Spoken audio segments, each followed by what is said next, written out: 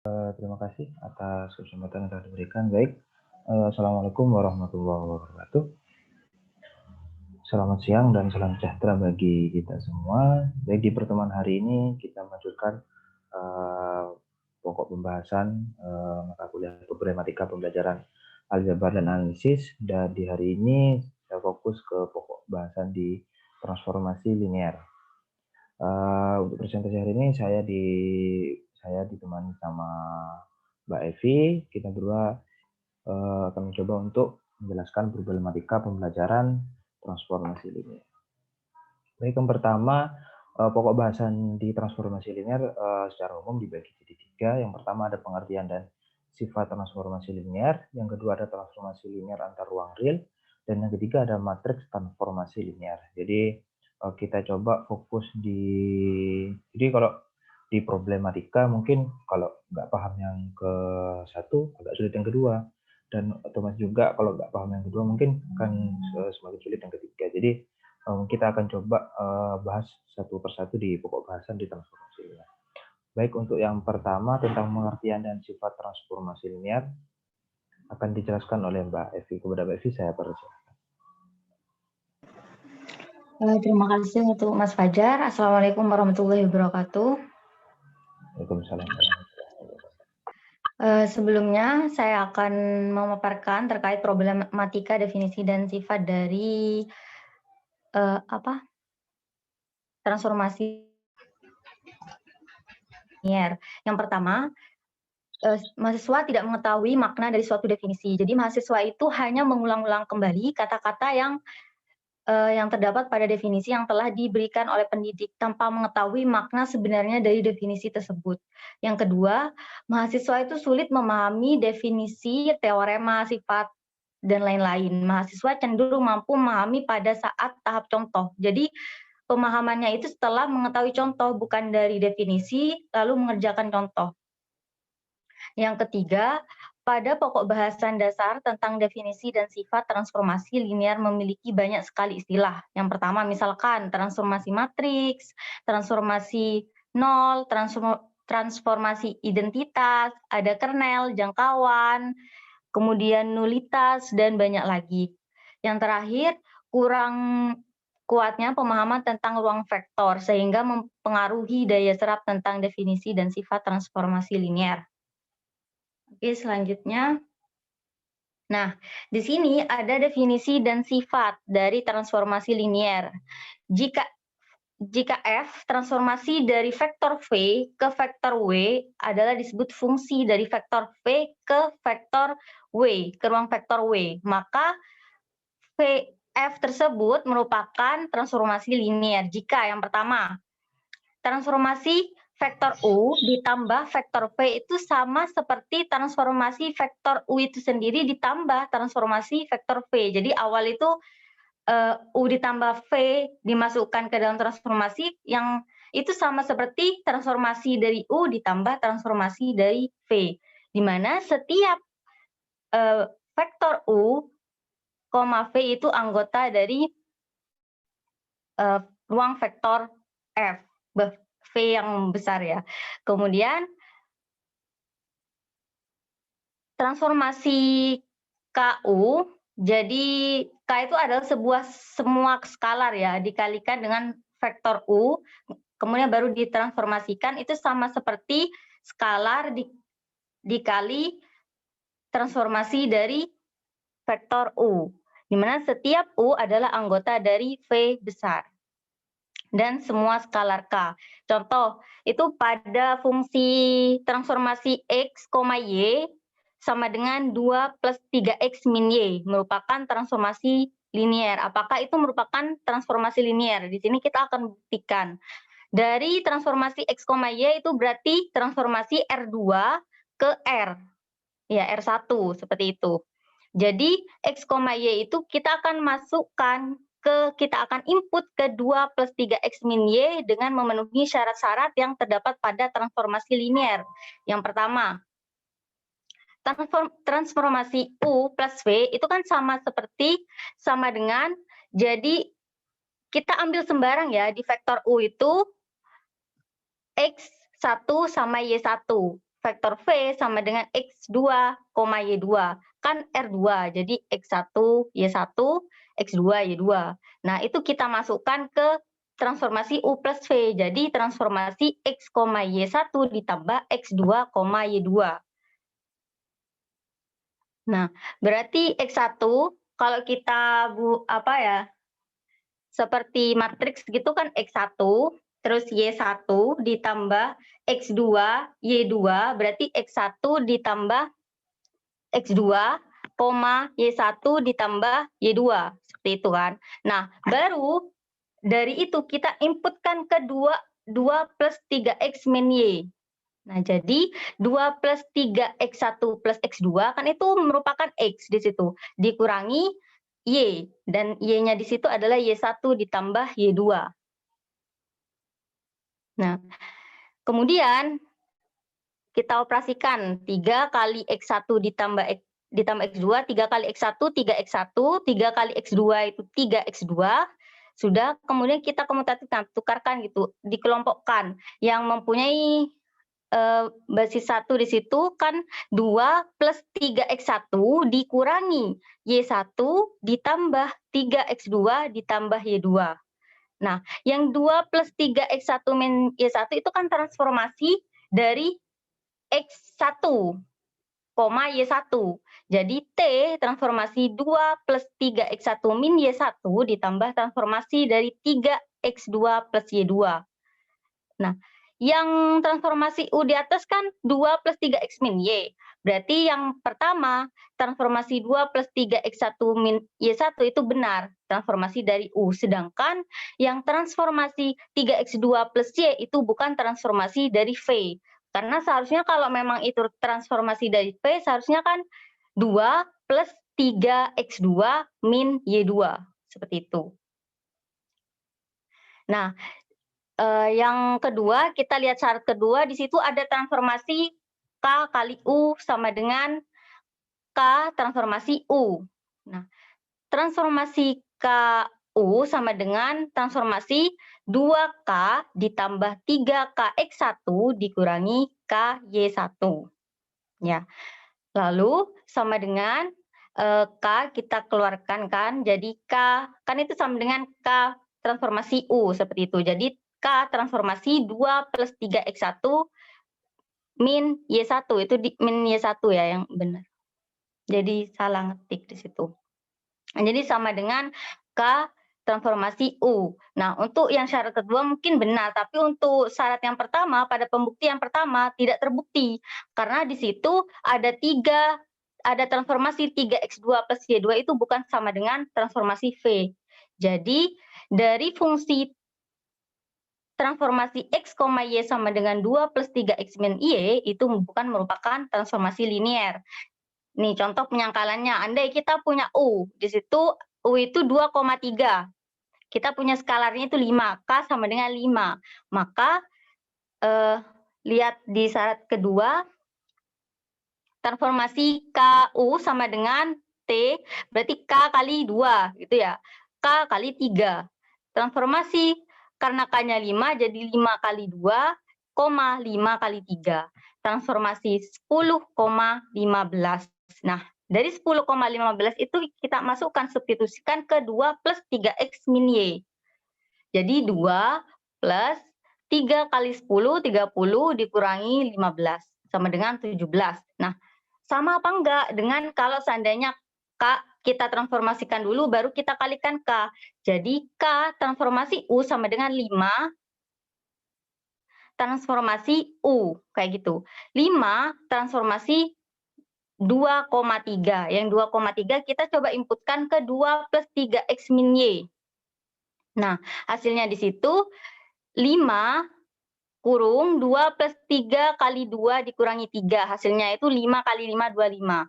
Nah, karena terbukti di situ bahwa transformasi K kali U itu tidak sama dengan K kali transformasi U, maka di pembuktian yang awal benar bahwa transformasi X, Y sama dengan 2 plus 3X min Y itu bukan merupakan transformasi linear.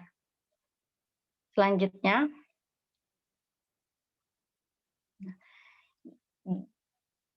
Jadi juga terdapat sifat-sifat transformasi linier ya. Misalkan ada T itu merupakan transformasi linier dari ruang vektor V ke ruang vektor W dengan U dan V ada di ruang vektor V besar. Maka sifat-sifat berikut adalah benar. Jadi transformasi 0 itu 0. Transformasi negatif V itu sama dengan negatif dari transformasi V. Dan transformasi U dikurangi V sama dengan transformasi U dikurangi transformasi V. Jika V sama dengan C1 V1 ditambah C2 V2 ditambah bla bla bla bla plus sampai ditambah Cn Vn, maka transformasi V itu ya transformasi C1 dikali V1 ditambah C2 V2 ditambah sampai ditambah Cn Vn. Berarti itu sama dengan C1 transformasi V1 plus C2 transformasi V2 dan seterusnya. Nah, contoh di situ tunjukkan bahwa transformasi pemetaan dari ruang dari R2 ke R3 dengan di situ ada R ya, XY, karena R2 berarti X dan Y. Kemudian kita petakan ke R3, ada X min Y, ada min Y, ada Y. Apakah itu merupakan transformasi linear? Nah, yang pertama, ambil unsur sembarang di R2. R2 itu berarti kita anggap ambil vektor U, berarti U1, U2. Kemudian V sama dengan 1 V2, yang mana anggota dari vektor V itu anggota dari R2. Yang pertama kita akan tunjukkan dari yang pertama, definisi yang pertama kan ada syaratnya. Jika transformasi U plus V itu harus sama dengan transformasi U ditambah transformasi V. Oke, lanjut. Nah, di situ kita tunjukkan berarti transformasi U plus V sama dengan transformasi U1, U2. Kan kita tadi mengambil sembarang ya, bahwa vektor U itu U1, U2, ditambah vektor V itu V1, V2. Oke, kita tambahkan. V1 ditambah V2, V1 ditambah U1 ditambah V1 dikurangi U2 ditambah V2. Itu dari mana kok bisa seperti itu? Kan tadi inputnya di R3 itu sama dengan X, Y. Hasil dari X-nya itu U1 plus V1, Y-nya itu X2 plus V2. Jadi karena X min Y, jadi U1 ditambah V1 dikurangi U2 ditambah V2. Kemudian yang input keduanya kan min X. Min X-nya apa? X-nya tadi U1 ditambah V1. Jadi min negatif U1 ditambah V1. Dan yang bawahnya lagi itu Y. Berarti Y-nya berapa? U2 ditambah V2.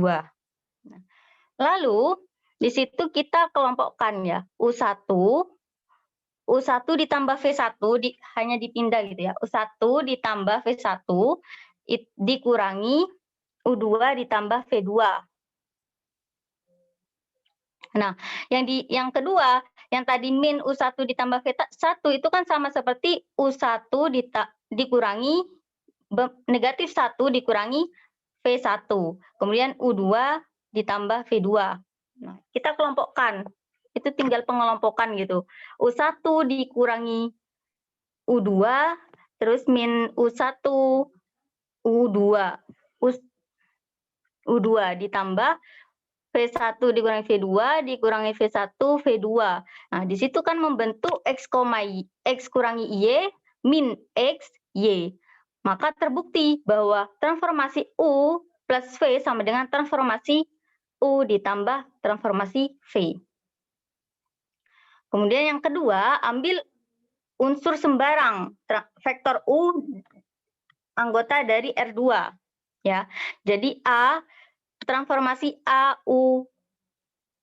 vektor U itu sama kayak A itu skalar ya, sama dengan transformasi A kali U1 A kali U2. Jadi kan X, Y, berarti X kurangi Y ya, berarti A U1 dikurangi A, U2.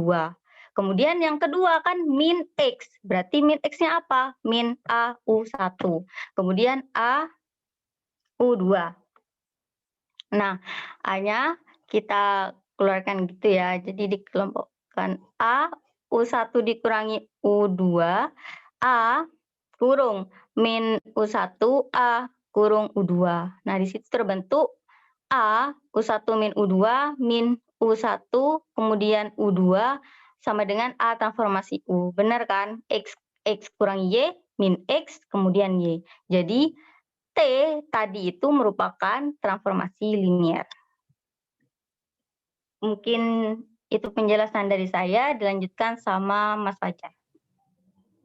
Baik, terima kasih kepada Mbak Evi tadi sudah jelaskan di contoh permasalahan tentang definisi dan sifat transformasi. Oke, selanjutnya saya coba contoh permasalahan yang berikutnya. Tadi misalkan saya buat contoh suatu permasalahan, apakah transformasi dari R3 ke R2 di mana transformasi vektor V X min Z, X plus Y untuk setiap vektor V ini X, Y, Z merupakan transformasi linear. Baik, buat problematikanya transformasi linear, kalau misalkan tadi mungkin pakai caranya Mbak Evi, atau saya loncat langsung ke artinya penjelasan seperti ini. Jadi vektor F, transformasi vektor U ditambah vektor V sama dengan transformasi vektor U ditambah transformasi vektor V, di mana vektor U dan vektor V merupakan elemen V. Jadi misalkan vektor U dan vektor V ada di ruang 3, artinya vektor V saya misalkan ABC dan vektor V-nya saya misalkan DF. Rata-rata kenapa pemisalannya terjadi kesalahpahaman, biasanya kenapa kok vektor U dimisalkan ABC, kok enggak ABCD, kenapa kok enggak ABCDE. Nah, ini sedikit mungkin beberapa permasalahan mungkin saya alami juga dulu karena dasar-dasar yang kurang kuat. Nah, jadi perlu penjelasan bahwa perhatikan bahwa pada transformasi F ada 3 input dan ada 2 output. Jadi misalkan ada vektor V, jadi X, Y, Z itu ada 3. Jadi dalam arti nanti di R3 dan nanti harapannya ada transformasi ke vektor V, ya nanti ada di R2, artinya ada 2 output yang diharapkan di situ. Nah, baru ketika kita sudah tahu apa-apa yang kita punya dan apa-apa yang harus kita cari, jadi kita tinggal masukkan ke sebuah definisi di mana tadi yang sudah dijelaskan sama Mbak Evi juga hampir sama.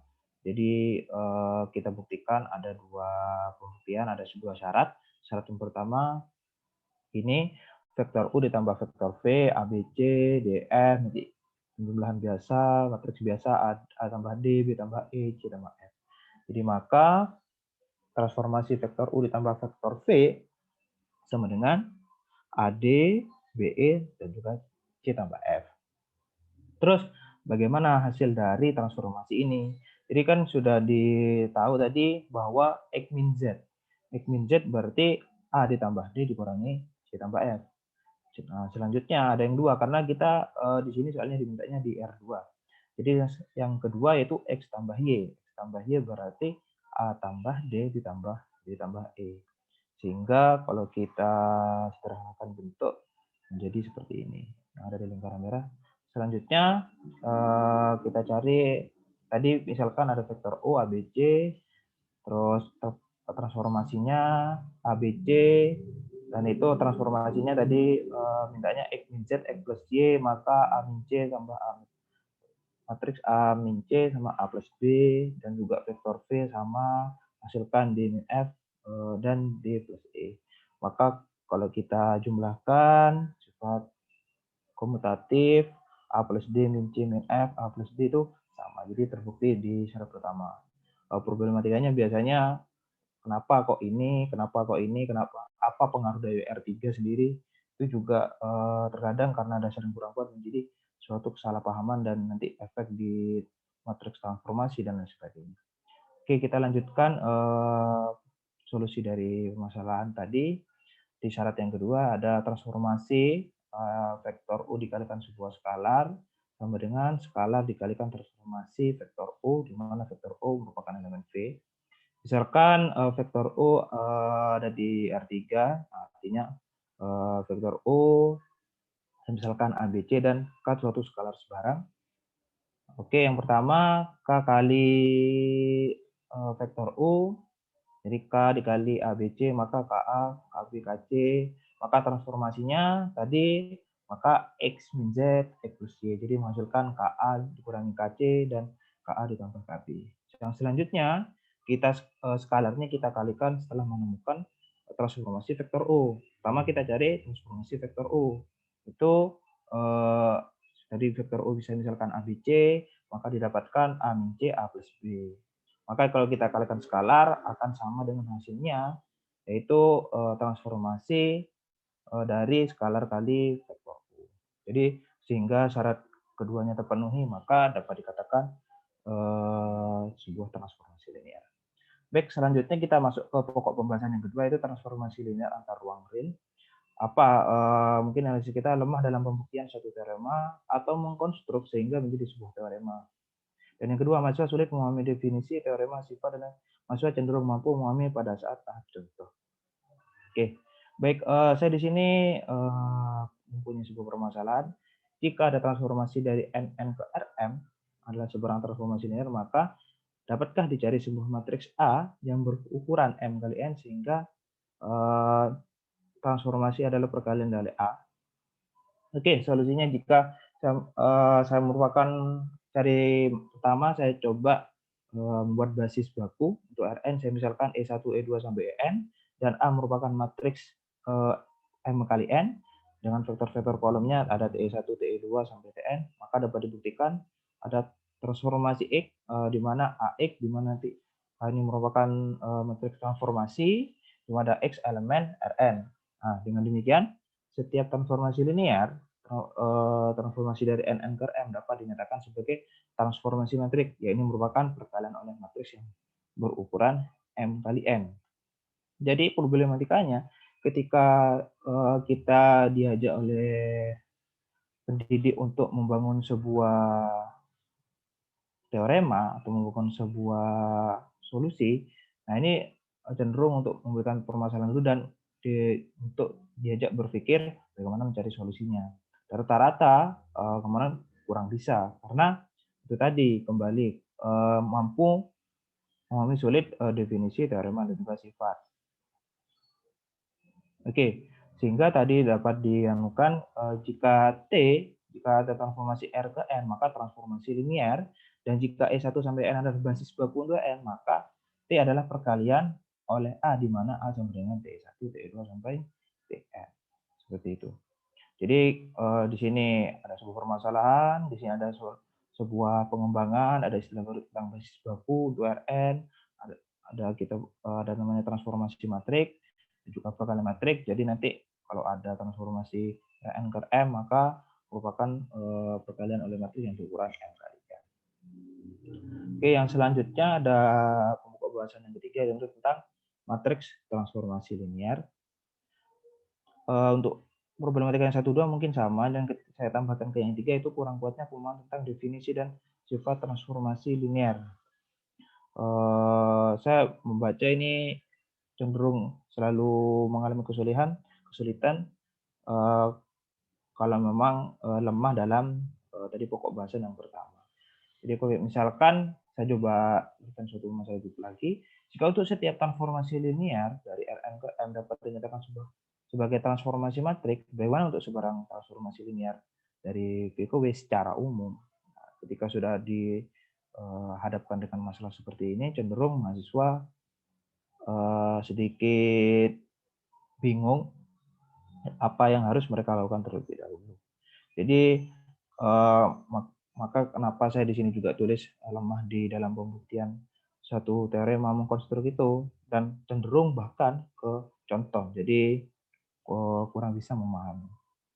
Oke, saya ada contoh permasalahan di transformasi matrik. Jadi contoh, misalkan transformasi dari R2 ke R3 adalah operator linear dengan rumus Tx1 X2 sama dengan X2 min 5X1 ditambah 13X2 min 7X1 ditambah 16X2. Temukan matriks standar T yang sesuai dengan basis U1, U2 dan juga basis B aksen V1, V2, V3 dengan U1-nya 31, U2-nya 52, V1-nya 10-1, V2-nya -122, V3 012. Soal ini sudah kompleks dan cenderung langkah pertama yang dilakukan menjadi suatu permasalahan bagi mahasiswa sendiri.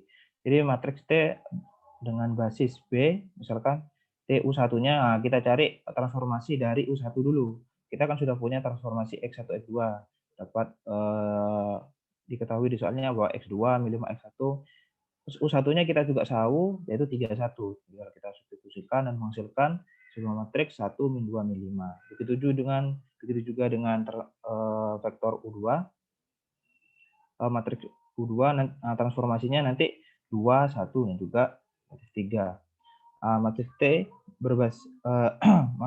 berbasis B relatif terhadap basis B aksen ditemukan dengan kombinasi linear. Di sini juga ada materi tentang kombinasi linear. Jadi maka tadi saya kenapa di awal juga harus kuat dalam materi sebelumnya, karena itu saling berkaitan. Jadi ketika ada istilah tentang kombinasi linear sudah paham, oh maksudnya K1, K2, K3. Jadi seperti itu. Jadi misalkan saya punya transformasi U1 sama dengan K1 V1 plus K2 V2 ditambah K3 V3.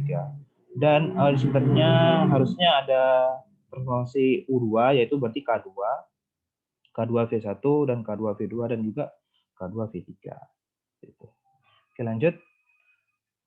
Maka tadi sudah didapatkan bahwa ini transformasi U1 kita sudah tahu, itu 1, negatif 2, negatif 5, sama dengan K1 skalar. Jadi V1-nya kita juga sudah tahu, yaitu 1, 0, dan juga negatif 1. Kita substitusikan semua persamaan yang kita punya, sehingga menghasilkan baris yang pertama ini.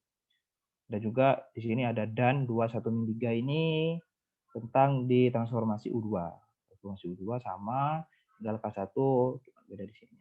Baik, dengan tadi kita akhirnya kita substitusikan, akhirnya menemukan bahwa kita menggunakan nanti kita substitusikan nanti menghasilkan 1, min 1, 0, 0, 2, 1 dan lain sebagainya. Nah, nanti di baris yang kedua kita kerjakan dengan OBE akan menghasilkan nilai K1, menghasilkan K2, ini K2 ya. K2 juga K3. Di mana nanti dengan OBE kita menghasilkan K1, K2, K3 dan harapannya nanti ke vektor koordinat kalau tidak salah namanya. Vektor koordinat di basis B aksen. Yang kedua, setelah itu kita cari juga di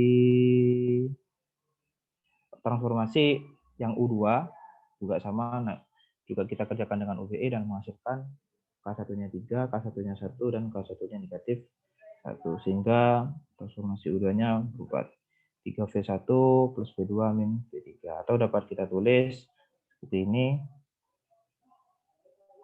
Di B aksen ini B ya harusnya. Di basis B 1, 0, negatif 2 dan juga di basis B aksen 3, 1, negatif 1 sehingga kita dapat tahu matriks standar di B aksen, B 1, 0, negatif 2, 3, 1 dan juga nih negatif 1.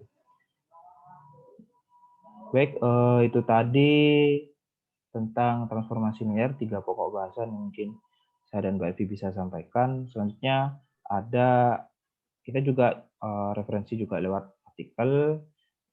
Ada 2 macam artikel. Nah, buat artikel ini nanti akan disampaikan oleh Mbak Evi. Kepada Mbak Evi saya persilakan. Langsung saja ya. Jadi dari berbagai problematika yang kelompok kami temukan itu kami ambil juga di berbagai artikel dan ada 2 macam artikel yang saya masukkan di sini. 2 macam artikel terkait problematika transformasi linear. Yang pertama judulnya adalah implementasi pendekatan pembelajaran konstruktivisme terhadap pemahaman konsep matematika mahasiswa materi transformasi linear. Dalam artikel ini dikemukakan bahwa hal yang paling utama yang menjadi problematika pembelajaran mahasiswa adalah terhadap pembelajaran transformasi linear adalah kurangnya kemampuan pemahaman konsep, atau mahasiswa seperti yang kita sebutkan tadi bahwa mahasiswa itu tidak mengetahui benar terkait makna dari suatu definisi transformasi linier. Mahasiswa hanya mengulang kembali kata-kata yang terdapat pada definisi yang telah diberikan oleh guru atau dosen ya. Pendekatan pembelajaran yang digunakan dalam artikel ini untuk meningkatkan kemampuan siswa itu dalam memahami konsep atau definisi adalah dengan pendekatan konstruktivisme. Seperti itu. Yang kedua adalah artikel terkait analisis kemampuan pemecahan masalah menurut Polya pada materi transformasi linier. Berdasarkan observasi dalam artikel ini, rendahnya mahasiswa itu dalam kemampuan pemecahan masalah matematika. Nah, ini disebabkan kurangnya kemampuan dalam mencari dan menemukan ide-ide dalam penyelesaian masalah secara logis. Hal ini kerap terjadi pada pembelajaran matematika seperti submateri transformasi linier. Artikel ini juga mengemukakan bahwa model pembelajaran Polya membuat siswa mampu berpikir lebih kritis dan bekerja sama dalam memecahkan suatu permasalahan. Itu merupakan dua macam artikel problematika transformasi linier. Mungkin itu saja dari saya kembalikan kepada Mas Fajar sebagai moderator. Oke, ini mungkin bahasan terakhir hari ini dari saya dan juga Mbak Evi. Saya mungkin membuka sesi diskusi, mungkin monggo silakan teman-teman, mungkin ada juga dari Pak Anton, mungkin ada yang ingin disampaikan ke kita atau ada mungkin menambahi atau ada tanya dan sebagainya, saya persilakan. Baik, silakan ada tanggapan dari teman-teman yang lain, silahkan untuk problematika mengenai pembelajaran ya, transformasi linier. Ya, nampaknya yang lebih tepat untuk dibahas ini yang bahan seperti ini, yang terakhir ini dua macam artikel ini problematika itu. Kalau ya tadi yang beberapa problem itu kan persoalan di materi gitu ya. Ini namanya itu lebih tepat dengan akan dibahas pada mata kuliah aljabar dan analisis besok ini, karena ada yang membahas mengenai transformasi linier, jadi ada macam-macamnya nanti.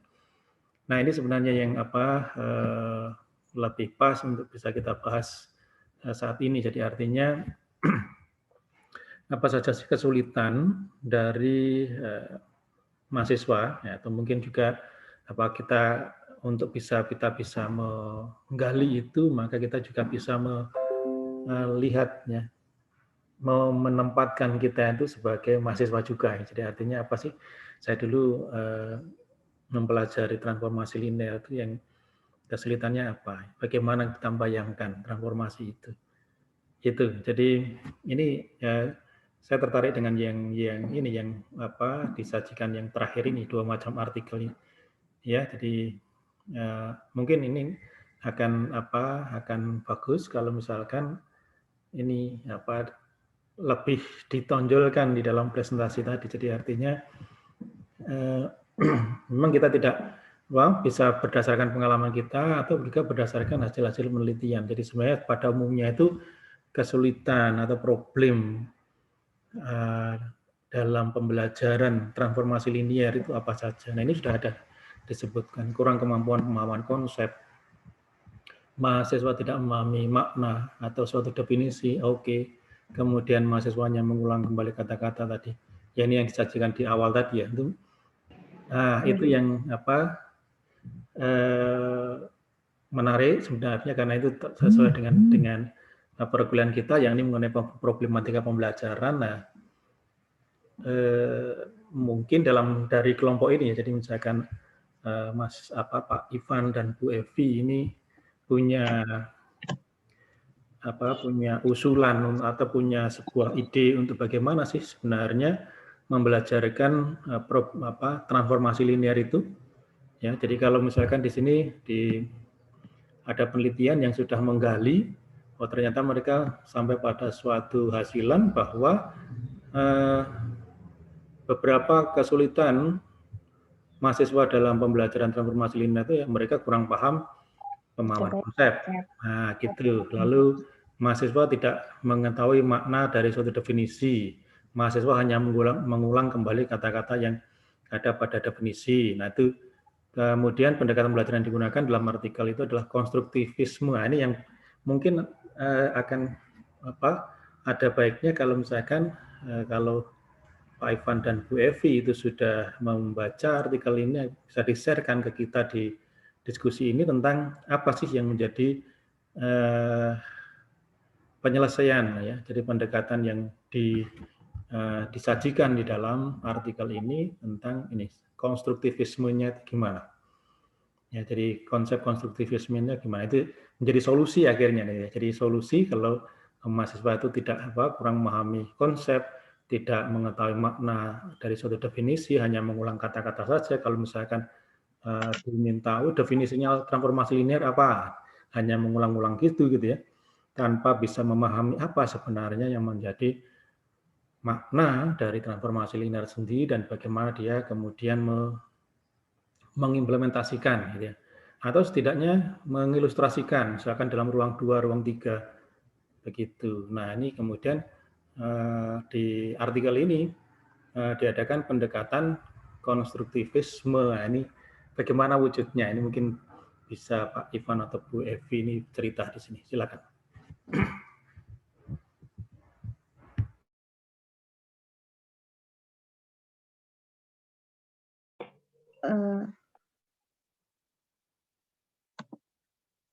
Untuk terkait artikel pertama yang implementasi pendekatan pembelajaran konstruktivisme itu di artikel ini tidak dijelaskan tuntutannya itu seperti apa, Pak.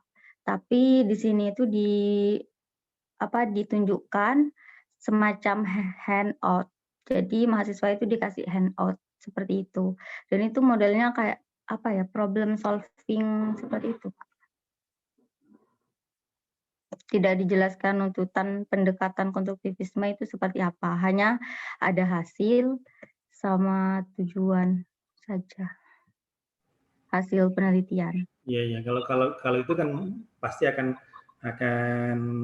muncul di abstrak setiap artikel ilmiah gitu. Jadi kalau di artikel ilmiah itu abstrak itu selalu ini. Jadi tujuan penelitiannya apa, kemudian metode yang digunakan apa, lalu bagaimana hasilnya, begitu aja. Nah, untuk mengetahui detail dari itu, ya mesti masuk ke dalam artikelnya. Saya pikir mereka pasti akan memberikan bentuk konstruktivismenya itu gimana gitu ya. Oke, mungkin ada penjelasan atau mungkin ada komentar lain dari teman-teman yang lain, silakan. Tentang problematika ini atau mungkin punya pengalaman tentang apa sih yang menjadi kendalanya dulu waktu belajar mengenai transformasi linear itu. Silakan. Mungkin saya tonton.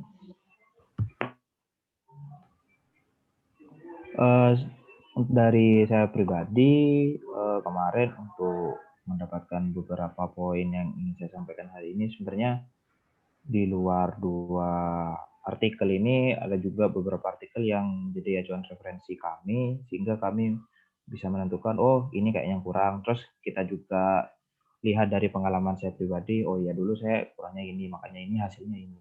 Nah, untuk solusi memang sebenarnya kita juga sudah cari, namun lebih complicated masalah yang terjadi. Jadi misalkan mungkin yang sering saya temukan, entah itu artikel dan itu ada solusinya. Misalkan tadi di pokok pembahasan, misalkan yang tadi mungkin saya sampaikan, ini misalkan tentang definisi dan sifat, pembuktian apakah ini merupakan transformasi linear atau bukan. Jadi misalkan ada suatu permasalahan seperti ini, apakah transformasi dari F3 ke R2, di mana transformasi vektor V, X min Z, X plus Y untuk setiap vektor V, X, Y, Z, merupakan transformasi linear. Nah, jadi untuk pertama kali menempuh transformasi linear, pasti rata-rata pendidik langsung ke arah seperti ini. Nah, jadi masalahnya bisa terjadi karena nanti mungkin, oh oke saya paham ini, cuman mungkin akan ada lupa apa itu, kenapa kok vektor U dimisalkan ABC, kenapa kok apa pengaruh di R3 sendiri dan R2 ini kan merupakan sebenarnya dasar, dan dari pendidik mungkin, oh ya sudah, itu dasar dan harusnya kalian paham, makanya saya langsung ke syarat pertama dan syarat kedua.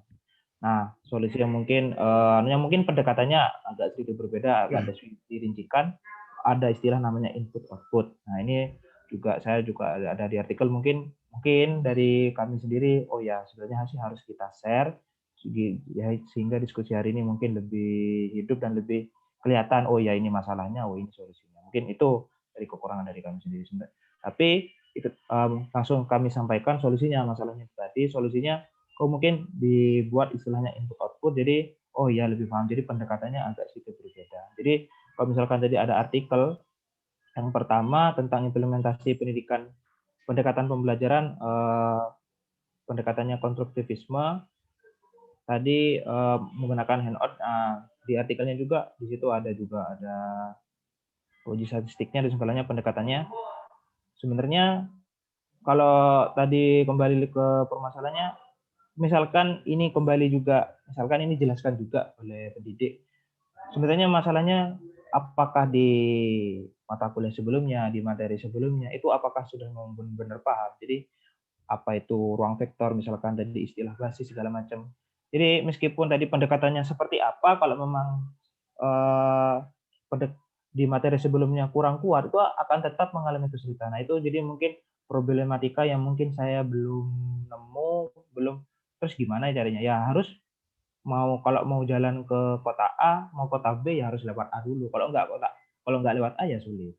Jadi sama juga yang dialami oleh transformasi ini, ada beberapa materi-materi dasar yang harus benar-benar dikasih. Ini kan sebenarnya sama kayak fungsi, cuman transformasi vektor. Cuman seperti itu aja sebenarnya. Cuman masalahnya kalau memang dasarnya kemarin yang materi sebelumnya kurang, itu mau pendekatan seperti apa, mau sejelas apa, akhirnya kembali lagi harus menjelaskan lebih yang awal lagi. Akhirnya oh ya lewat kota A dulu, kota A ini gini, baru kita masuk ke kota B. Jadi mungkin problematika yang mungkin saya belum mungkin kembali lagi, kalau memang dasarnya memang oke, kita misalkan dasar kuat. Nah, pendekatannya seperti apa? Itu mungkin kita sudah bisa ada banyak referensi artikel yang relevan yang bisa kita cari kemarin, yang bisa didapat kita share hari ini. Cuman kalau memang dasar yang kurang kuat, nah ini kayaknya mau pendekatan seperti apapun, kayaknya pendidik juga mengalami kesulitan. Mungkin itu yang dapat saya share pengalaman tentang materi hari ini, Pak Anton. Mungkin ada yang ditambahkan teman-teman, ada yang dimakan oleh Pak Anton. Terima kasih, Pak Anton. Iya, terima kasih. Mungkin ada teman-teman yang lain yang akan memperkaya diskusi dari kelompok ini, sehingga nanti akan memperkaya juga apa yang bisa dilaporkan di akhir tentang problematika dan solusinya pada pembelajaran transformasi linear. Monggo silahkan. Yang lain mungkin ada masukan atau ada ide-ide tentang gimana sih transformasi linear itu ya. Ini transformasi linear itu adalah yang mentransformasikan antara dua ruang vektor ya. Ruang vektor yang berbeda, atau bisa juga dalam satu ruang vektor yang sama, bisa jadi R2 ke R2, R3 ke R3. Nah, ini contohnya kalau misalkan ini R3 ke R2, ini berarti ada pada dua ruang yang berbeda. Monggo silakan, mungkin ada masukan atau komentar dari teman-teman yang lain.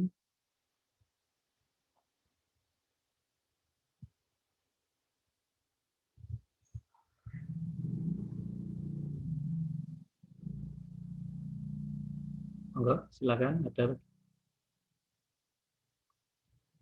Baik, saya tertarik dengan yang konstruktivisme tadi ya, konstruktivisme.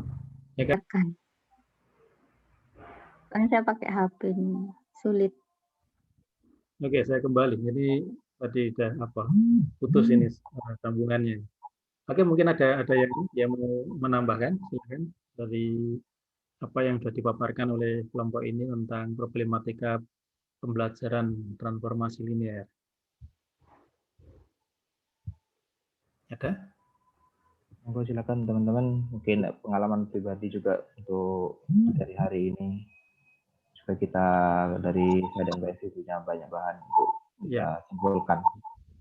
betul. Atau mungkin saja nanti mungkin apa Pak Ivan atau Pak Evi ini bisa mengangkat ini kan misalkan di Iya, artikel ya, ada artikel seperti ini. Nah, mungkin mereka ya, dengan solusi mereka ini bisa jadi ada open masih ada open problemnya. Jadi maksudnya ada pertanyaan terbukanya atau masih ada permasalahan lain yang belum terselesaikan oleh mereka. Ini akan potensial sekali untuk bisa ditekuni untuk jadi topik tesisnya bisa jadi. Ya. Jadi artinya memang mengenai transformasi linear itu ya sesuatu yang sebenarnya kalau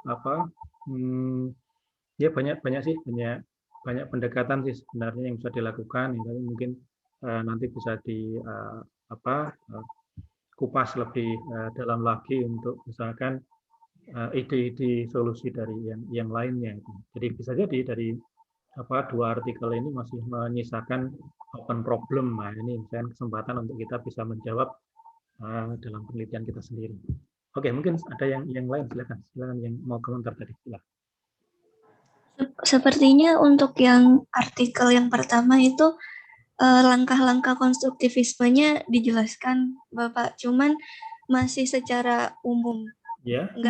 tidak terlalu ke transformasi linearnya juga. Mungkin itu bisa di-share ke teman-teman, mungkin bisa jadi solusi dalam pembelajaran transformasi linearnya. Di situ apa ya, kalau langkah-langkahnya mungkin hampir sama kayak di konstruktivisme yang di artikel itu apa ya, bukan seperti gimana menjelaskan untuk meningkatkan kemampuan pemahamannya, tapi bisa dilihat di hangout-nya gitu Pak. Jadi hangout-nya itu yang membuat siswanya itu kayak lebih berpikir gitu dari sini ke sini gitu. Yang dimaksud transformasi ini pemetaan. Jadi fungsi andai kita punya dua fungsi diagram Venn dari U itu ke transformasi U. Ya, biasanya memang seperti itu. Jadi biasanya nanti menjadi ini rancang bangun suatu perangkat pembelajaran, ya. Jadi rancang bangun pembelajaran dengan pembelajaran itu bisa nanti lebih yang ditekankan itu pada LKS-nya atau apa ya. Ini, nah pemaparan pendekatan penyajian materi dalam LKS-nya tadi seperti itu. Jadi konstruktivisme, jadi mengkonstruksi suatu pemahaman, ya. Jadi misalkan untuk transformasi linear ini tidak di awal langsung definisi transformasi linear adalah enggak seperti itu. Jadi mungkin dengan konstruktivisme tadi adalah siswa diajak misalkan dengan contoh-contoh dulu. Oke, nggak apa-apa, contoh-contoh dulu, konkret dulu, gini. Akhirnya sampai nanti pada pemahaman, apa sih yang menjadi poin pada transformasi linear. Jadi memang kalau tadi saya sepakat kepada Bu Evi di awal tadi yang misalkan mahasiswa atau siswa itu malah kalau misalkan langsung transformasi linear adalah ini bla bla bla itu malah nggak bisa bayangkan, jadi nggak bisa bayangkan. Betul. Jadi memang tapi kemudian kalau pendekatan yang lain tadi sudah diungkapkan sebenarnya justru mereka bisa paham itu kalau ada contoh-contohnya. Itu ya. Jadi kan sehingga kita bisa bikin contoh lalu sampai pada abstraksi, ya, contoh konkret kemudian lama-lama menjadi sebuah abstraksi yang bisa kemudian akan terkonstruksi di dalam pemikiran siswa tadi atau mahasiswa tentang apa itu pengertian dari transformasi linear ini. Nah, dan sebenarnya kalau kita perhatikan, ya, jadi kalau kita perhatikan, saya mau izin untuk share screen. Oke. Ini beberapa yang tadi saya catat juga ya.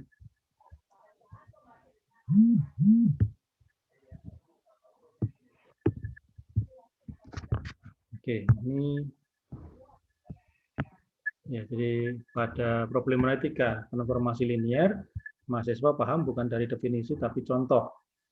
Nah, itu bisa jadi itu merupakan sebuah pendekatan juga itu. Sebab kalau misalkan langsung kita berikan ke mahasiswa atau ke siswa mengenai transformasi linear adalah ini. Atau mungkin dari biasanya dalam buku-buku itu, misalkan T ya, yang memetakan ruang V ke ruang W, misalkan itu dikatakan transformasi linear jika P apa ya. Jadi apa misalkan V kecil elemen dalam V kecil W kecil elemen di dalam V, nah, maka T dari V ditambah W sama dengan T V ditambah TW, nah, kemudian T dari K V itu sama dengan K dikalikan TV, ya. Jadi seperti itu. Justru mungkin kalau diawali seperti itu bisa jadi memang tidak mengena ke mahasiswa. Ya. Ini coba kemudian ini langsung pada contoh.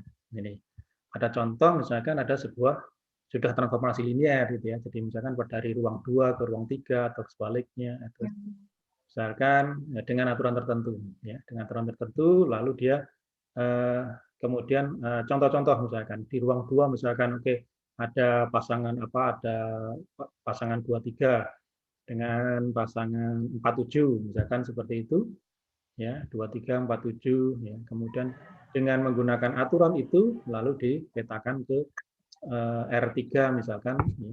Jadi hasilnya gimana ya. Kemudian dari hasil itu lalu dilihat ya. Memang harus diarahkan, dilihat gitu. Nah, sehingga dengan demikian akan dari contoh-contoh tadi itu akan terkonstruksi tentang ini dua aspek dalam transformasi linear ini. Jadi seperti misalkan TU ditambah dengan V itu sama dengan TU ya, ditambah dengan TT ya, seperti ini. Kemudian akan terkonstruksi juga tentang ini KU ya, itu sama dengan K dikalikan T. Nah, seperti itu. Jadi akhirnya ini tidak langsung di awal definisi gitu, tetapi mungkin bisa pendekatan melalui tadi yang diungkapkan. Ada contoh-contoh misalkan, ya contoh-contoh konkret dulu, ya contoh konkret dulu. Beberapa contoh misalkan, lalu mereka suruh mengamati apa yang terjadi, apa hubungannya antara kalau misalkan dua vektor ditambahkan dengan petanya, ya.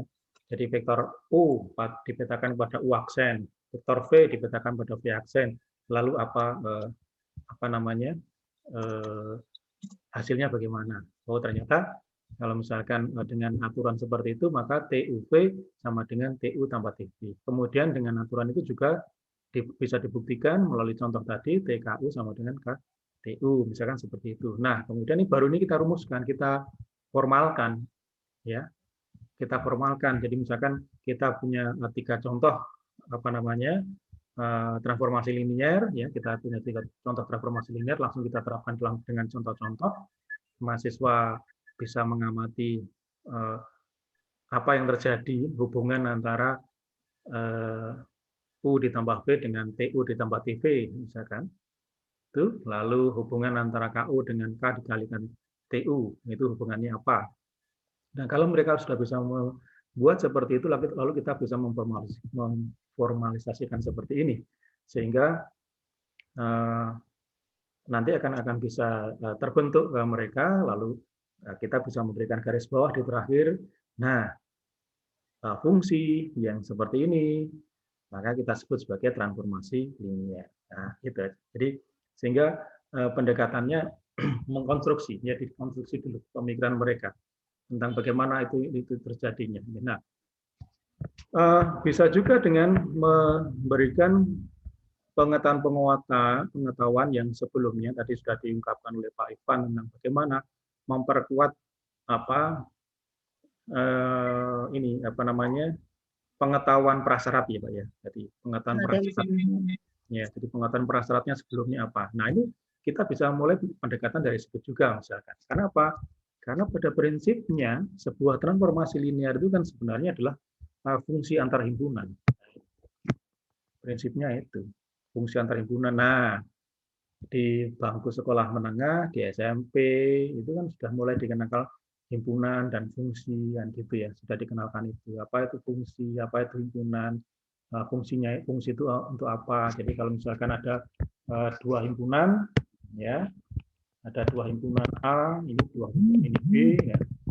Kemudian ada fungsi F yang memetakan A ke B, misalkan seperti itu. Nah,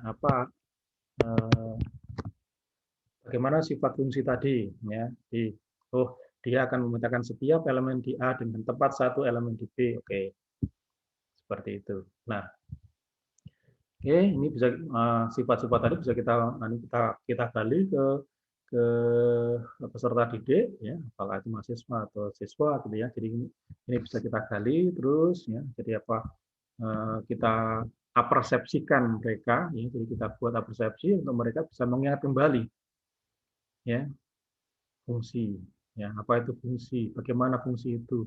Oh, kalau fungsi berarti apa? Oh, fungsi tadi akan suatu pemetaan yang menghubungkan antara dua himpunan. Lalu bagaimana mengenai sifat-sifat dari fungsi tadi. Itu seperti itu. Nah, akhirnya mereka akan tergali terus, ya, tergali terus seperti itu. Nah, kemudian kita sambung dengan misalkan contoh, ya, contoh dari transformasi linear. Nah, transformasi linear itu kan kemudian sebenarnya sama juga kalau kita analogikan dengan ini, ya, kita analogikan dengan ini, ya, seperti ini, maka sebuah transformasi linear itu kan dia memetakan antar dua ruang vektor, ya, bisa dua ruang vektor yang sama atau bisa berbeda. Ya kan itu sama saja. Ini. Nah, ruang vektor tadi kan sebenarnya adalah sebuah himpunan juga, ya. Jadi ruang vektor itu himpunan vektor-vektor, ya.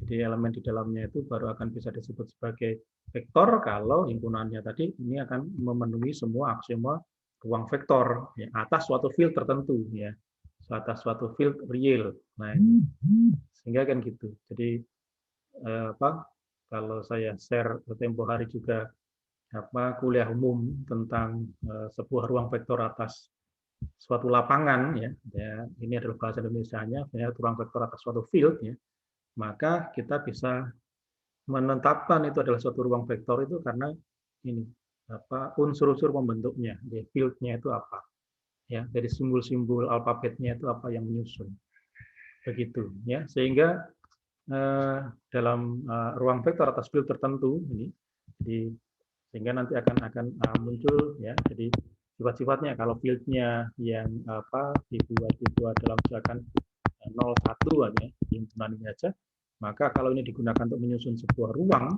ya, misalkan ini pada ruang ini adalah katakanlah 2, 3, begitu, ya, ini 2, 3, maka di sini anggota-anggotanya triple yang isinya 0,1 saja, misalkan 0, 0, 0, ya, kemudian 1, 0, 0, kemudian 0, 1, 0, kemudian 0, lalu 0, 1, lalu ada lagi 1, 1,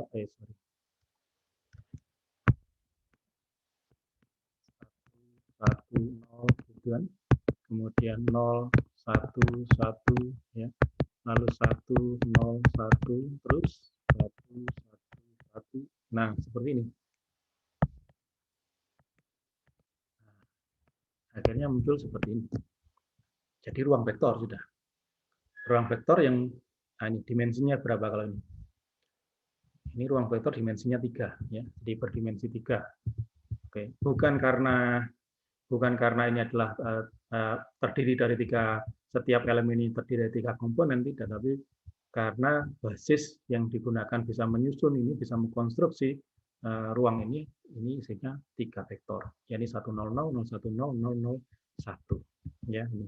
Sehingga semua elemen yang di sini ini merupakan kombinasi linear dari 100, 010 dan 001. Begitu. Nah, ini sehingga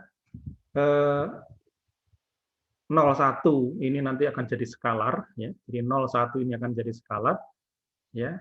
Jadi kalau kita katakan skalar perkalian skalar, maka skalarnya yang berlaku hanya 0 dan 1 aja. Kalau misalkan V ini adalah sebuah ruang vektor atas field F, di mana F-nya adalah pada C2, misalkan pada bilangan biner. Gitu ya. Jadi field kita ingat bahwa ZP itu adalah sebuah field, kalau P-nya adalah P prima, yang paling banyak misalkan P sama dengan 2, isinya 0 dan 1, menjadi simbol-simbol biner, ini 0 dan 1 aja. Sehingga ini isinya yang 0 dan 1. Dan ini semua, nggak ada lagi dari yang lain. Yang panjangnya 3, yang isinya 0 dan 1 hanya ada 8 komponen ini, 8 elemen ini. Yang komponen-komponennya diambilkan dari skalarnya. Sehingga dengan demikian P itu adalah sebuah ruang vektor atas field F. Ya, ini dengan 0, 1 seperti itu. Maka isinya itu. Jadi nanti kalau kita mau bikin kombinasi linier, ya, jadi kombinasi linier dari misalkan katakanlah K1 dikalikan dengan 1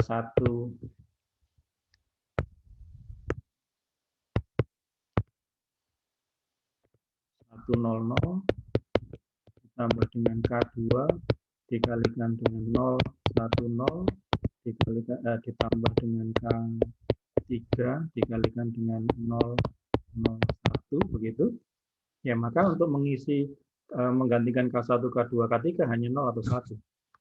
Ya, sehingga kalau K1 sama dengan K2 sama dengan K3 0 semua, maka ya akan menghasilkan ini, ya 0 0 0.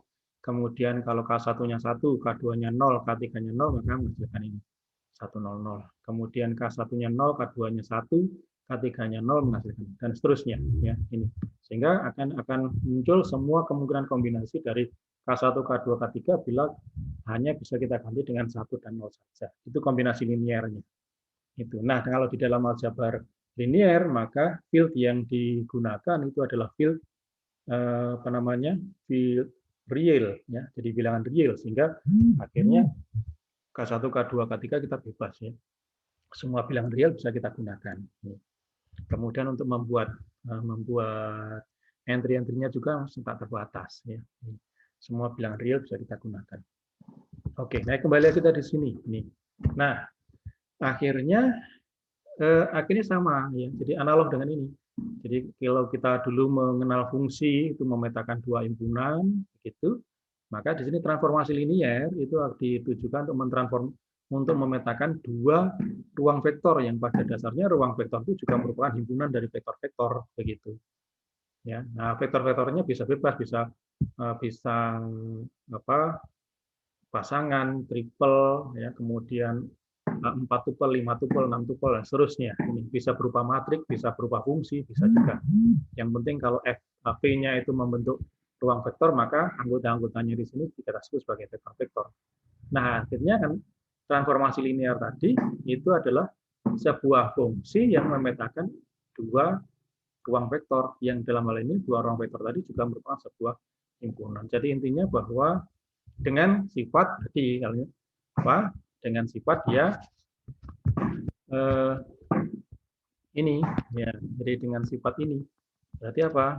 Nah, sifat ini itu berarti yang dinamakan transformasi linear tadi adalah sebuah fungsi, sebuah pemetaan yang memetakan dua ruang vektor yang pertama dia mempertahankan penjumlahan vektor, kemudian dia juga mempertahankan atau mengawetkan perkalian dengan skalar.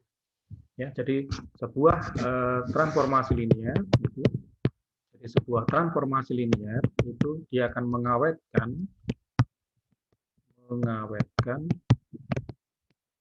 yang pertama adalah penjumlahan vektor dan mengawetkan perkalian skalar. Dan ini adalah dua operasi yang menjadi operasi pokok dalam sebuah ruang vektor, yakni kita tahu bahwa kalau satu sistem, ya, ada himpunan vektor, ada himpunan skalar, itu kita sebut kita akan menjadi sebuah ruang vektor kalau misalkan memenuhi 5 aksioma yang pertama itu terkait dengan operasi vektor, ya, jadi penjumlahan vektornya, kemudian 5 aksioma yang berikutnya 6 sampai dengan 10 itu mengatur mengenai perkalian vektor dengan skalar. Itu.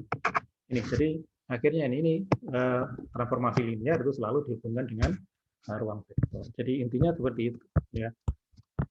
Kita akhirnya bisa memberikan pendekatan konstruksi dari berbagai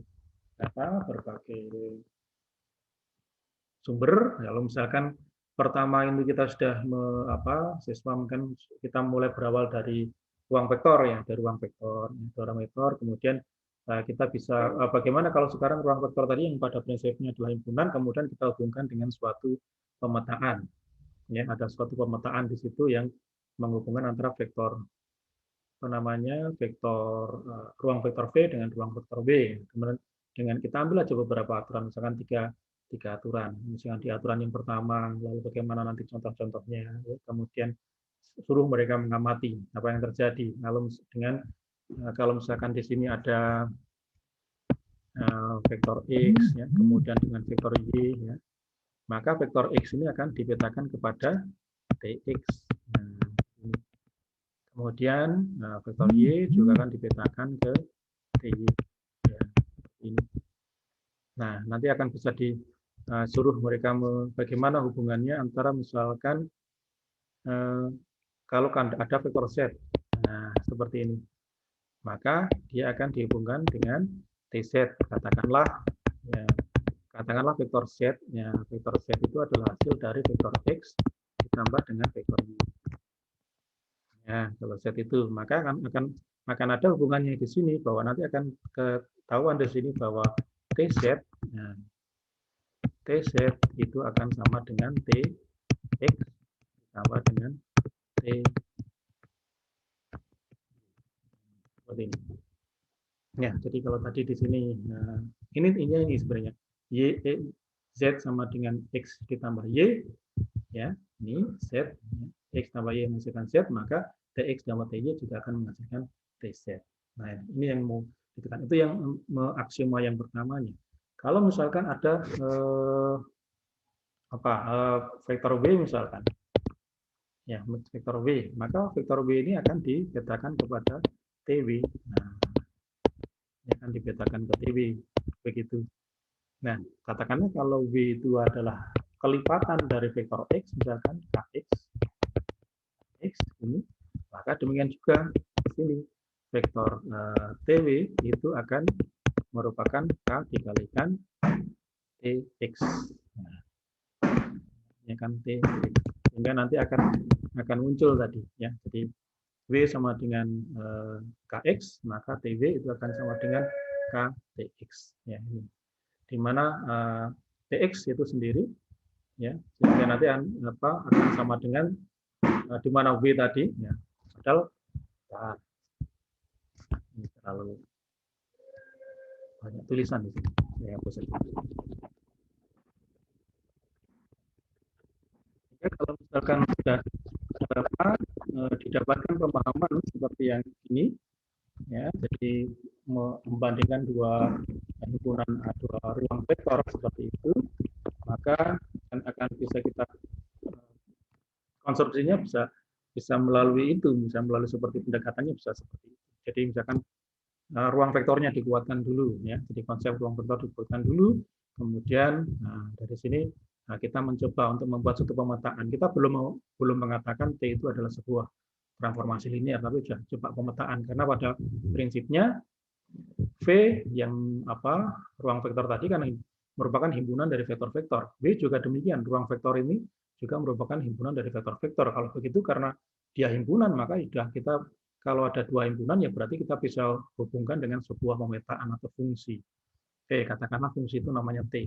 Nah, oke ya, kemudian coba nanti diamati, misalnya ini ada AX, oleh T akan dibawa ke dalam Tx, Y oleh T akan dibawa ke dalam Ty, kemudian Z oleh T akan dibawa ke dalam Tz, lalu W oleh T akan dibawa ke dalam Tw. Ya.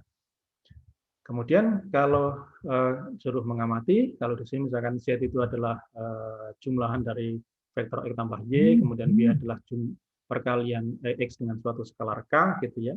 Maka bagaimana yang di sini? Ternyata di sini Tz itu akan sama dengan Tx ditambah dengan Ty. Lalu Tw itu akan sama dengan K dikalikan dengan Tx. Ini tadi ya, Tx.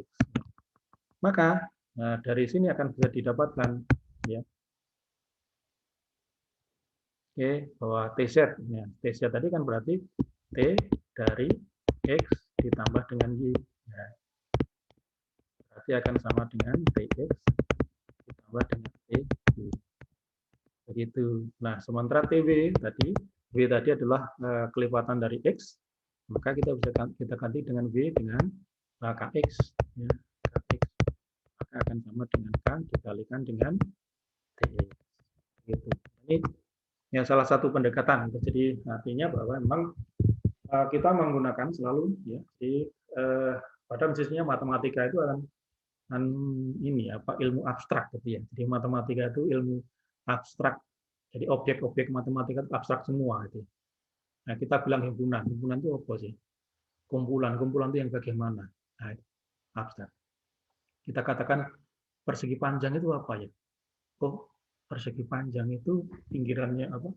Ini apa yang lesnya papan tulis? Oh, bukan.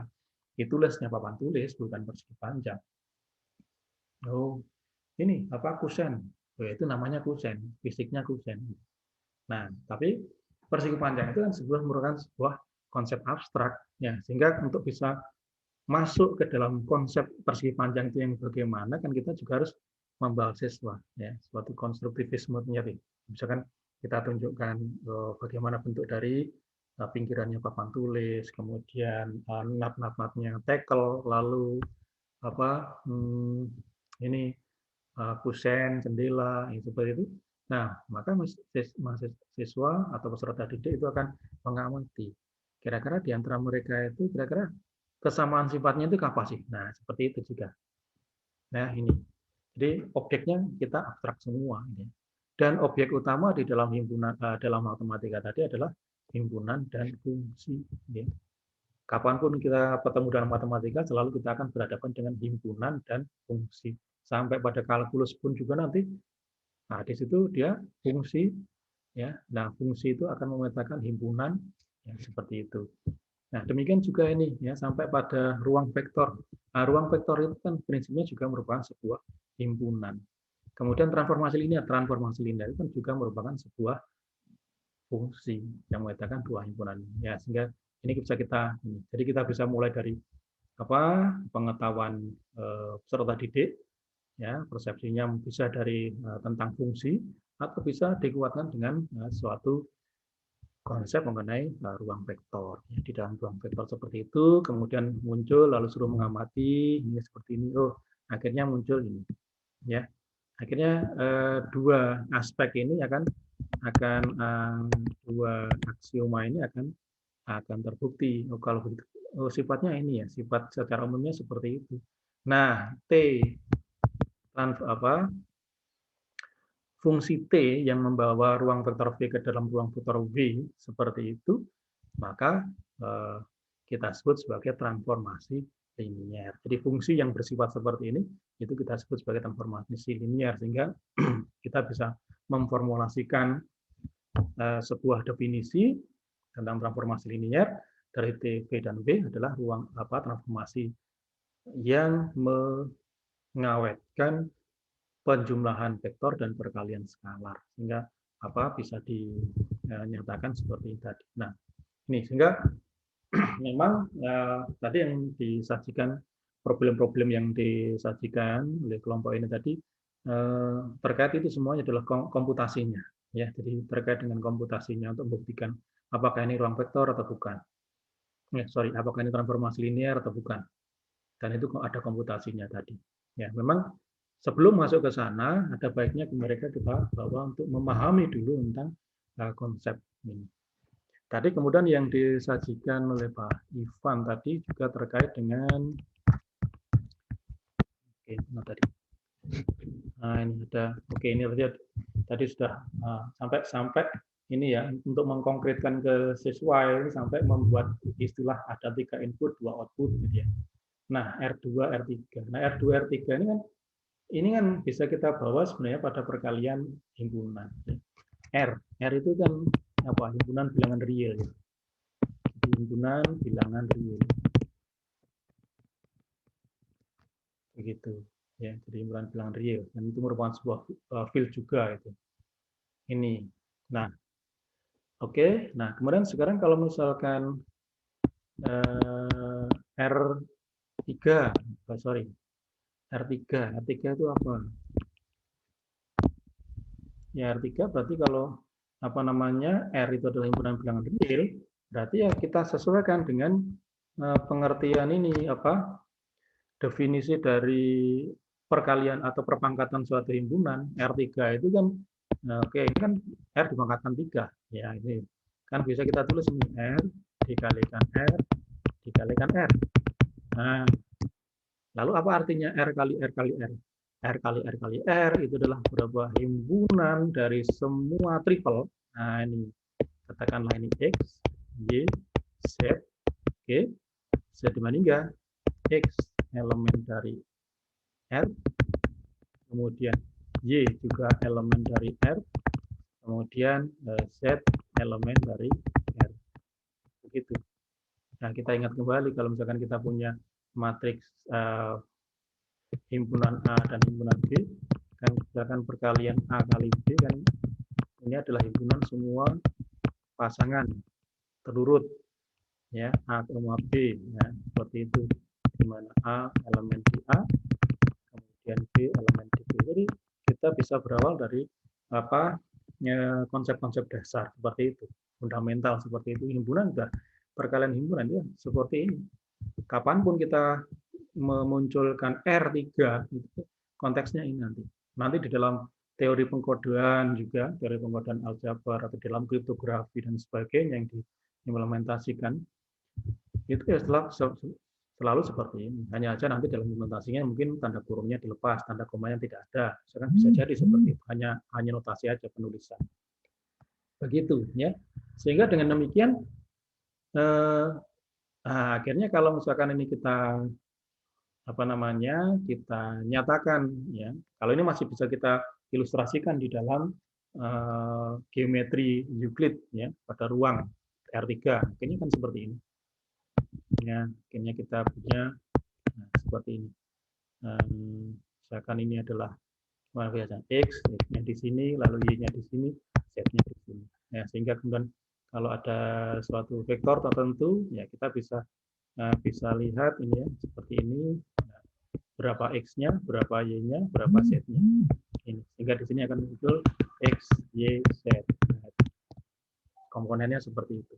Nah, demikian juga untuk yang apa namanya, yang ini apa, misalkan R2 juga sama tadi ya. Kalau misalkan dipetakan pada R2 akan sama juga. Akan pada dua ini ruang vektor tersendiri, yang ini ruang vektor. Ya kita tahu ini ruang vektor berdimensi 3. Sementara kalau R2 ya berarti kan sama dengan R dikalikan R. Ya. Begitu. Nah, karena R adalah himpunan bilangan real ya, maka berarti ini misalkan pasangan kalau seperti ini ya hanya 2. Mana hanya itu hanya elemen di dalam R, kemudian B-nya juga elemen di dalam R. Nah, seperti itu. Ya, sehingga akan muncul ini bidang ya, kalau kita tahu ini bidang. Ya. Oke, ya, jadi seperti ini. Ya, ini adalah untuk A-nya, ini untuk B-nya. Ya, jadi untuk A, untuk B-nya. Seperti itu ya. Nah, kalau misalkan kalau ada suatu vektor, nah dapat dinyatakan di sini. Ya, sehingga kita muncul di A, B. Begitu. Nah, ini kalau bidang ini adalah sebuah ruang berdimensi 2. Kenapa? Ya karena banyaknya vektor yang digunakan untuk membentuk basis untuk ruang ini ya banyaknya 2. Ya contohnya kalau misalkan vektor apa basis standar tadi ya, basis standar yang digunakan ya basisnya isinya 1, 0 dan 0. Isinya hanya ini. Ya, semua vektor yang ada pada R2 ini dapat dinyatakan sebagai kombinasi linear dari 10 dan 01. Ini. Oke, ini juga demikian. Ini tadi dimensinya 3 ya. Basis standarnya yang kita miliki di R3 ini kan 100, oke, kemudian 010, kemudian 001. Nah, itu yang kemudian kita buat sebuah transformasi linear yang membawa R3 kepada R2. Itu artinya apa namanya, bagaimana sebuah pemetaan tadi, kita taruh di tempat yang kosong aja. Berarti kan di sini tadi ada R3, kemudian ya ini dipetakan ke R2. Nah, ini ya bolehlah kalau kita bilang ini dari ruang dimensi 3 kepada bidang, nah, boleh seperti itu. Tapi ya mungkin nanti bidang pun juga bisa berdimensi 3 kalau dia berada dalam bidang pun kalau bidang berdimensi 2, tapi walaupun bidang tetap bisa juga merupakan sebuah subruang di R3. Jadi artinya R3-nya yang utuh itu dimensinya 3, kemudian bidangnya ini pada dimensinya 2, ya, jadi berdimensi 2, tetapi dia tetap berada di dalam ini. Bisa jadi gitu ya. Ya, sehingga tetap kita isi komponen-komponennya dengan menggunakan triple. Nah, ini adalah ke sini ya, transformasi linear tadi. Sehingga apa? Tadi yang dikatakan apa tadi? T terhadap suatu basis tertentu. Nah, otomatis di sini dia punya basis, misalkan dia punya basis B, kemudian R2 di sini punya basis B aksen, begitu ya. Ini kalau misalkan ada katakanlah di sini XYZ, ya, XYZ, maka dia akan dipetakan kepada T ya, transformasinya ya, T dari XYZ gitu. Akan dipetakan ke sini. Nah, kemudian ya, kalau XYZ ya, jadi XYZ tadi itu adalah sebuah misalkan dari basis ini ya, jadi dari basis B ya, basisnya R3 tadi. Nah, sekarang kalau R2 itu punya basis ya, maka tadi yang dikatakan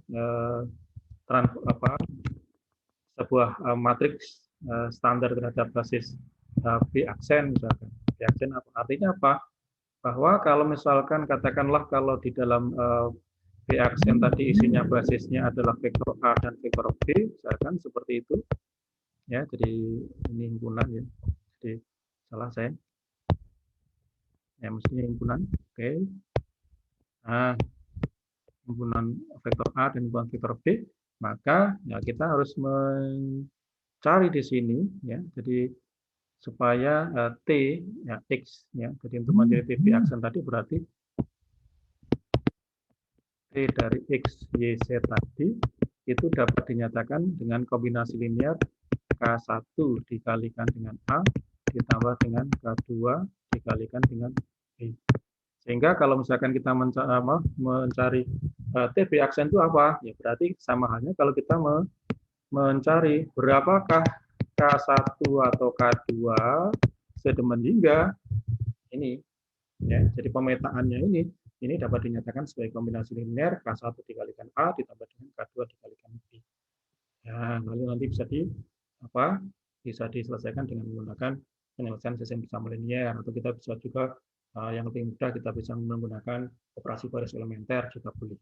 Begitu ya, ini jadi prinsipnya itu. Jadi akhirnya dalam mengajarkan sesuatu, maka ada baiknya kalau misalkan itu konsep-konsep yang ada sebelumnya itu disertakan. Jadi tadi apalagi ini masih dekat dengan yang basic ya. Jadi ruang vektor itu himpunan, transformasi linear itu adalah fungsi, ya udah kita bawa ke sana. Apa prinsipnya? Teori ruang transformasi linear itu yang kedua. Jadi bisa digunakan. Jadi kita pendekatannya ke situ. Jadi itu yang walaupun tadi nggak hanya diberikan yang saya bisa menangkap itu. Jadi salah satu solusinya untuk memahamkan transformasi linear itu dengan menggunakan konstruktivisme tadi. Ya, jadi kita tata tadi seperti misalkan jadi artinya untuk menelurkan dua aksioma untuk transformasi linear, mengawetkan perjumlahan vektor dan mengawetkan perkalian dengan skalar, Yaitu ya kita bisa meminta mereka untuk mengamati. Jadi misalkan di sini ada X, lalu dipetakan ke TX, Y dipetakan ke TY, Z dipetakan TZ, lalu diminta untuk melihat kalau misalkan Z itu adalah X tambah Y, maka bagaimana TZ bila ditinjau dari TX dan TY. Nah, suruh mengamati mereka suruh mengamati seperti itu. Nah, akhirnya ini. Sehingga kita tidak berawal dari definisi transformasi linear adalah enggak. Jadi artinya dari pemahaman mereka. Supaya itu terkonstruksi di dalam pemikiran mereka tentang apa itu aksioma-aksioma yang harus dipenuhi oleh sebuah transformasi linear. Begitu. Atau mungkin dengan pendekatan lain juga bisa ya. Lain juga bisa. Tadi seperti misalkan pada prinsipnya sebuah ruang vektor itu adalah himpunan, kemudian transformasi linear adalah sebuah pemetaan. Mereka bisa berawal dari sini. Ya. Ini intinya seperti itu. Jadi kita bisa gambar ini. Jadi kita gambarkan kayak biasanya kita mengajarkan fungsi dari dua himpunan gitu ya, pakai diagram itu bisa nggak apa-apa. Ya, akhirnya kita vektor P, vektor W, lalu di tengah-tengahnya ada T-nya yang memetakan ke mereka akan bisa mendengar, oh iya ini kan. Akhirnya mereka tidak lagi menganggap transformasi linear menjadi sesuatu yang abstrak gitu ya. Jadi, oh iya ini saya pernah terima materi ini, pernah paham ini, saya tahu tentang fungsi, saya tahu tentang himpunan, nah akhirnya itu. Nah kalau mereka sudah, oh ya saya tahu ini, sudah kita mulai. Nah ini konstruktivismenya jalan, itu ya. Jadi akhirnya apa? Pendekatannya itu bisa macam-macam. Sehingga dengan demikian kita bisa mengkaitkan suatu suatu materi itu dengan materi-materi lain yang mungkin sudah mereka pernah pelajari sehingga memudahkan mereka untuk memahami yang ini begitu ya, materi ini. Sehingga tadi benar tadi ada peta konsep tadi ya betul. Jadi artinya bahwa ini akan masuk ke situ. Ya memang untuk bisa membuat suatu pendekatan konstruktivisme di dalam pembelajaran seperti dengan transformasi linear, konsep-konsepnya semakin abstrak di dalam aljabar linear, di dalam aljabar abstrak gitu. Itu memang butuh effort juga ya, butuh suatu persiapan yang baik sehingga kita nanti skenario saya seperti ini, skenario memang seperti ini. Gitu. Ya, oke, mungkin ada tambahan jangan dari saya aja. Jadi ada tambahan sehingga bisa memperkaya kelompoknya Pak Ivan dan Bu Evi ini untuk nantinya bisa memperkaya problem dan solusinya terhadap materi transformasi linear. Monggo silakan. Kita sudah jam 14 ya.